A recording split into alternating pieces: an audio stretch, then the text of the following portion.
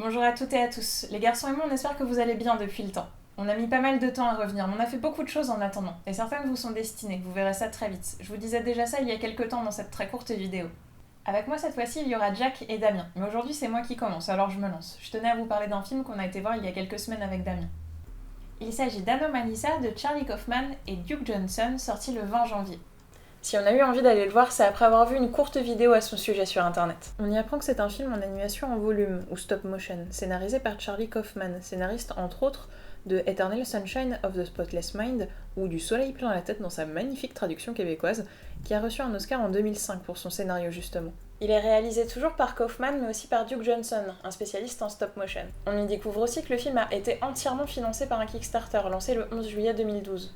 Pour l'historique, sachez qu'il avait atteint 10 000 $ en 3 heures, 200 000 en 8 jours, ce qui était l'objectif de départ. À la fin du temps de financement imparti, le film avait atteint 406 237 $, avec l'aide de 5 770 contributeurs, ce qui faisait à l'époque de lui le plus gros succès de financement pour un film sur Kickstarter. On a le droit à tout un tas d'informations chiffrées sur la production du film qui a duré 3 ans. Savoir qu'il a fallu 3 ans au film pour voir le jour, ça me permet de faire un parallèle qui me semble intéressant avec L'étrange Noël de Mr. Jack de Tim Burton, dont la réalisation a pris 3 ans elle aussi, et qui est une référence absolue dans le domaine du stop motion. 3 ans pour des budgets radicalement différents, 406 000 $ pour Anomalisa donc, et plus de 18 millions de dollars pour A Nightmare Before Christmas.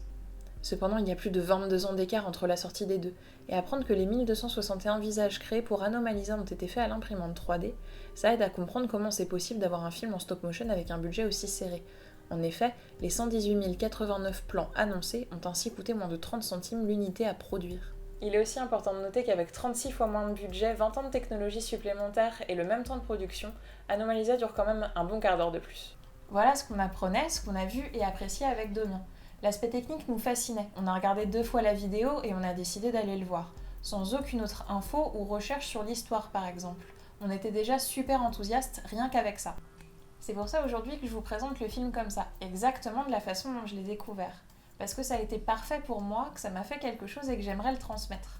Pour la suite, ça va pas être facile, mais j'aimerais essayer de ne rien vous spoiler du tout, ou le moins possible en tout cas. Parce que pour moi, chaque seconde du film était une surprise, et que c'était beaucoup trop bien. On est donc allé voir le film avec impatience 2 jours plus tard, et là, plusieurs constats. Pour commencer, la réalisation, la technique et tout ce qu'on attendait était au rendez-vous. C'est super beau, sincère et donc réaliste au possible, parfaitement exécuté, un putain de régal en somme. Mais un énorme détail s'ajoute à ça. Il s'appelle le scénario et il est ouf. L'histoire nous a scotchés et perturbés. C'est indéniablement un vrai film pour adultes, pas de doute là-dessus. Ne mettez pas un gosse devant, vous le regretteriez, mais absolument pas à cause d'une quelconque violence. C'est juste pas fait pour eux. Le film fait vraiment beaucoup réfléchir et il y a une concentration à avoir devant, qu'on concède sans mal. Il ne donne pas les réponses pour le comprendre, mais plutôt les clés pour aller les chercher. C'est comme ça que je vois ça. Cependant, il ne se met pas hors de portée.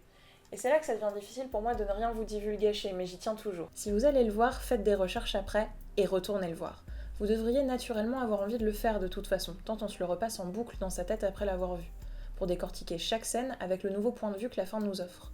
En tout cas, sachez que rien n'est laissé au hasard. Les noms, les lieux, tout a un sens, et si vous le trouvez, ça retourne vraiment la tête. Après, on l'apprécie quand même au premier visionnage. C'est pas le genre de film frustrant et gratuitement obscur qu'il faut voir 12 fois et qui a toujours autant de sens qu'une bouteille vide intitulée sans titre dans un musée d'art contemporain. Sachant qu'elle peut avoir plein de sens cette bouteille évidemment, mais assez peu pour les non-initiés. C'est pas le cas pour Anomalisa. Il est accessible et peut faire réfléchir n'importe qui. Ça pousse tellement à la réflexion que j'ai fini par essayer de savoir qui dans mes connaissances l'avait vu pour pouvoir en parler avec eux. Avec Domi, on a pu commencer dès la sortie de la salle, mais par la suite, j'ai notamment attendu avec impatience les retours de mon ami Elliot, par exemple, qui possède sa propre chaîne YouTube où il parle avec talent et soyance de cinéma. Il a même fini par s'incruster dans cette chronique, comme vous pouvez le voir. Vas-y, maintenant que t'es là, dis-nous ce que t'as pensé du film. Je l'ai surkiffé, mais le scénar, c'est quand même vachement calqué sur l'épisode 4. Sur les... De quoi? Mais de quoi tu parles? Star Wars, épisode 7. Ah, mais je t'ai pas fait venir pour que tu parles de Star Wars. Je sais pas, pourquoi t'as mis ton t-shirt alors? Mais parce que j'aime bien, mais ça n'a rien à voir, on s'en fout. Bah faudrait savoir. Je voulais que tu parles d'Anomalisa, Elliot, on en a parlé ensemble. Bah ok, si tu veux. Bah vas-y, dis aux gens ce que t'as pensé du film, s'il te plaît. Bah ouais, c'est bon. Et sans spoiler. Ok. Bah Anomalisa, c'est pas si mal. Bah déjà, ce qui m'a plu dans le film, c'est, comme tu l'as dit, c'est ce côté très adulte. Dans la réalisation, les 2 premiers tiers du film sont très lents. Ce qui montre que, voilà, c'est certainement pas un film qu'on doit montrer aux enfants, ça c'est clair et net. C'est vraiment, on prend le stop motion et on en fait un produit pour adultes. Ça, déjà de base, c'est vachement bien pensé. Les 10 premières minutes peuvent être assez déroutantes parce que voilà, on arrive dans le truc et on se demande mais qu'est-ce qui se passe? Et tout au long du film, on arrive petit à petit à recoller les morceaux jusqu'à une scène, justement une scène qui m'a fait une énorme claque dans la gueule. Parce que voilà, là, tous les éléments sont reconstitués, on arrive à comprendre tout pourquoi, qu'est-ce qui se passe, et à partir de là, mais c'est juste magique. À la fin, j'ai une réflexion, notamment sur la pornographie. À plusieurs moments, on voit des sexes à l'image. Et ça m'a fait poser cette question, à partir de quel moment on peut juger un film pornographique ou non? À partir d'un tel niveau de réalisme, même si c'est en stop motion, comment on fait pour redéfinir la censure qu'il y a autour? Comment on fait pour dire ça, les enfants ils peuvent regarder, ils peuvent pas regarder? Et comme tu me disais tout à l'heure, on fait des recherches et on se rend compte de plein de choses et on a juste envie d'y retourner. Complètement. Donc voilà. C'est ce qui m'a fait aimer ce film. Bah merci, ça m'a fait plaisir que tu viennes dire quelques mots parce qu'on en avait pas mal parlé et c'est cool que tu puisses venir dire 2-3 trucs et ton avis, parce que t'avais des réflexions justement que moi je n'avais pas eu. Merci Elliot, c'était cool. Je peux y aller maintenant? Ouais, si tu veux, je vais conclure rapidement maintenant de toute façon, je pense.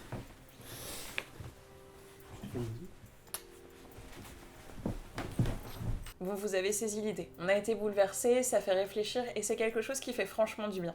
Au final, c'est ça qui ressort. Nos esprits fourmillent de questions et de pistes de réflexion. On est perturbé dans le bon sens par ce que le film nous raconte.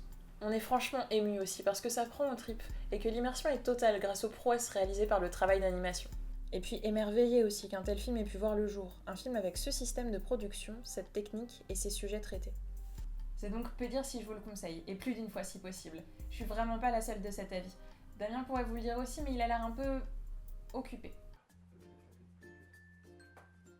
Vous l'entendrez plus tard de toute façon et sur un autre sujet. Avant lui, c'est Jack qui est venu nous montrer quelque chose et je crois qu'on va bien s'amuser. Jack, je t'en prie, commence. Salut à tous, aujourd'hui j'aimerais vous parler de mon coup de cœur du moment en jeu de société, ou plutôt de mon coup de cœur budget, puisque la PAM reviendrait à Star Wars Assaut sur l'Empire, que j'ai pu tester en boutique mais pas assez en détail pour pouvoir vous le présenter correctement. Du coup, coup de cœur budget pour Star Realms, un jeu qu'il est bien pour y jouer. Star Realms est un jeu de cartes de deck building, édité par White Wizard Game. Créé par Darwin Castle et Robert Dougherty, 2 anciens champions de Magic reconvertis dans le game design depuis maintenant pas mal d'années, et qui sont reconnus pour le jeu de cartes Ascension, référence du jeu de deck building à l'ambiance Heroic Fantasy. On trouvera donc beaucoup de mécaniques en commun avec Star Realms, mais cette fois-ci dans un univers Space Opera.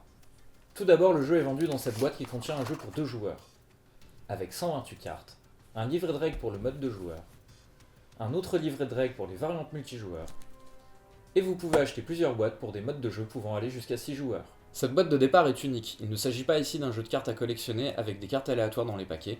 Le jeu ne coûte donc pas très cher, environ une quinzaine d'euros, et vous n'aurez pas besoin de dépenser un centime de plus pour pouvoir jouer correctement. Il y a bien sûr des extensions à venir, la première devrait sortir en France durant le mois de mars. Les extensions se présenteront pour la plupart sous forme de booster, contenant une douzaine de cartes, et une grosse extension qui fera la même taille que la boîte de base. Comme pour la boîte de base, les cartes de ces extensions seront fixes. Chaque extension sera là pour apporter une nouvelle mécanique de jeu. Bref, cela prévoit pas mal de bonnes choses pour la suite, mais parlons déjà du jeu de base. Beaucoup ne connaissent sûrement pas les jeux de deck building, donc je vais commencer par vous en expliquer le principe. Il s'agit de jeux de cartes où les joueurs commencent avec des decks identiques, et auront l'occasion, au cours de la partie, de récupérer de nouvelles cartes pour l'améliorer. Il y a en général dans ce genre de jeu une mécanique permettant de retirer des cartes de la partie. Le but, c'est de battre vos adversaires, et pour cela, il vous faudra construire le meilleur deck, faire les meilleurs choix pour que votre deck synergise le mieux possible, épurer le deck des cartes qui ne lui servent à rien pour augmenter vos chances de faire des sorties combos, et aussi savoir faire preuve d'opportunisme. Les parties sont donc souvent différentes, et en plus, à 2 joueurs, elles sont assez rapides.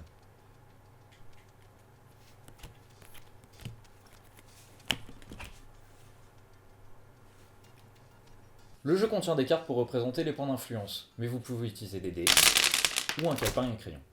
Dans votre deck de départ, vous avez 8 éclaireurs, qui génèrent tous un point de commerce, et 2 vipers, qui génèrent tous un point de combat. Au centre de la table, il y a ce qu'on appelle la ligne d'achat. Elle se compose de la pile de prospecteurs, qui sont des vaisseaux toujours disponibles à l'achat, de 5 cartes aléatoires, et de la pile de commerce, qui contient toutes les autres cartes du jeu, qui viendront remplacer les cartes achetées, afin qu'il y ait toujours 5 cartes aléatoires dans la ligne d'achat. Il y aura aussi une pile appelée la casse, qui sera la défausse commune du jeu pour toutes les cartes qui seront retirées de la partie. Il existe 2 types de cartes, les vaisseaux et les bases. Les vaisseaux partent dans votre défausse à chaque fin de tour, et on résout leurs effets quand ils arrivent en jeu. Contrairement aux bases, qui resteront sur votre tableau de jeu tant qu'elles ne seront pas détruites. Leurs effets s'activent au début de chacun de vos tours, si elles sont déjà présentes sur le tableau. Il existe 2 types de bases, les bases de base et les avant-postes, qui eux ont la particularité de devoir être détruits si un joueur veut s'attaquer à vos points d'influence. Voici les cartes un peu plus en détail. Tout d'abord, le symbole de faction, le nom de la carte, et à côté, le coût en ressources de commerce. En dessous de l'illustration, la première ligne, c'est celle de l'action primaire. La deuxième ligne, elle, correspond à l'action alliée. Et vous pouvez voir ensuite une troisième ligne avec l'action retirée. Pour les bases, vous avez le symbole avec la défense qui se trouve en bas à droite de la carte et qui représente le nombre de points de vie de la base. Bon, passons au déroulement de la partie. Chaque joueur joue chacun son tour. Un tour se déroule en 3 parties. La phase principale, la phase de défausse et la phase de pioche. Durant la phase principale, vous allez jouer les cartes de votre main, résoudre les actions primaires et alliées de vos bases et vaisseaux en jeu, utilisez vos points de commerce pour acheter des cartes de la ligne d'achat, et utilisez vos points de combat pour attaquer vos adversaires. Ah, petite précision, pour jouer des cartes depuis votre main, il suffit de les poser en jeu face visible.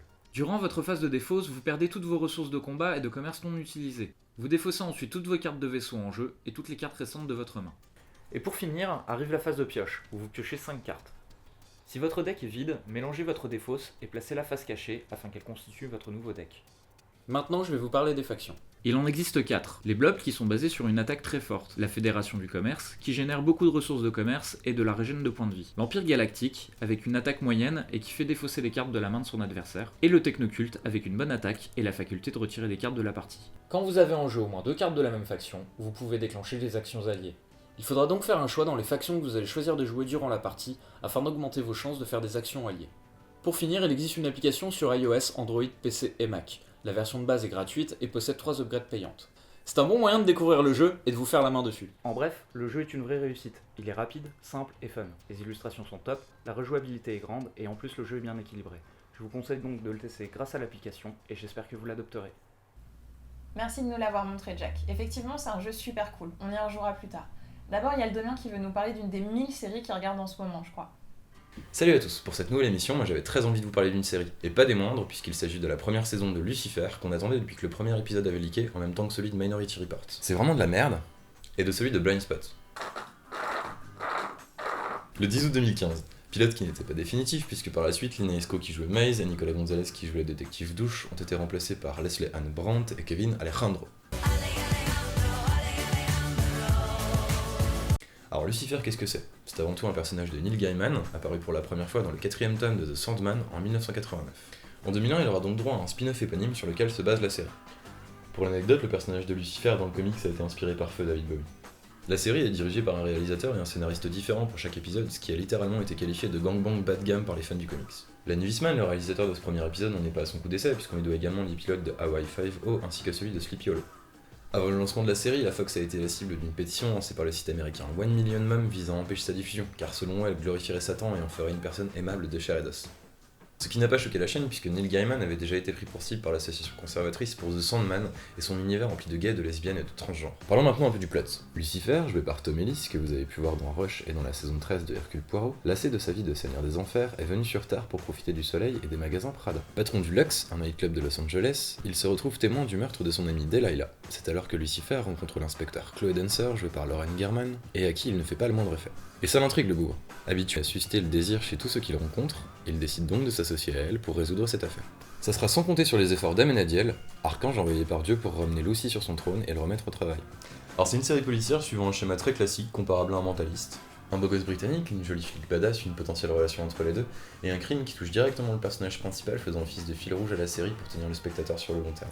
Mais pas que. Ce qui m'a le plus plu dans la série, c'est de voir évoluer cet original prince des ténèbres dans notre monde, lui qui ne cache absolument pas son identité et avoue à qui veut l'entendre qu'il est le diable en personne et qu'il est immortel. Ce qui rend pas mal de scènes et de dialogues très drôles. Voilà, en espérant vous avoir donné envie de jeter un œil ou deux sur cette série, pour ma part, je suis curieux d'en voir plus. Ciao. Ciao. Ciao. Voilà, c'est la fin de cette émission. On vous tourne la conclusion en direct de CNews. On a passé tout le week-end. C'est la fin de la convention. On est dimanche soir. C'est en train de démonter derrière nous. On a passé un très bon salon. On a vu beaucoup de monde. Des amis vidéastes, des amis pas vidéastes aussi. On a rencontré pas mal de gens d'entre vous, des gens qui aimaient bien l'émission ou autres. On a pu la faire découvrir à pas mal de monde aussi. On a donné l'adresse de la chaîne à beaucoup de monde ce week-end. C'était très très cool. C'est pas la première fois qu'on fait CNews, surtout pas vous. Moi j'ai passé une semaine ici. Voilà, Jack a passé une très très bonne semaine. Moi je suis venu lundi leur ramener du bois. Voilà. Avec le camion. Avec le camion. Et c'était bien, c'était très très bien. Et moi c'est la deuxième fois que je faisais cette convention qui est très sympa, c'était très très cool et on a été très très bien accueillis. Donc on est super contents. Voilà, on se retrouve très vite pour une prochaine émission et d'autres trucs. On vous tiendra au courant. Merci à tous pour votre attention. Merci pour les 800 abonnés de la chaîne, ça nous fait super plaisir de savoir que vous êtes là. On n'a pas vu les 800 jours ce week-end, c'est un peu dommage. On aurait bien aimé tous vous faire des bisous. Voilà, non, C'était un peu chaud. Non, c'était pas possible. Mais On en a vu quelques-uns, on vous a fait des bisous. On en a vu quelques-uns et on vous a fait des bisous. Exactement. Donc merci à tous encore une fois et on se retrouve très très vite. Des bisous les gens.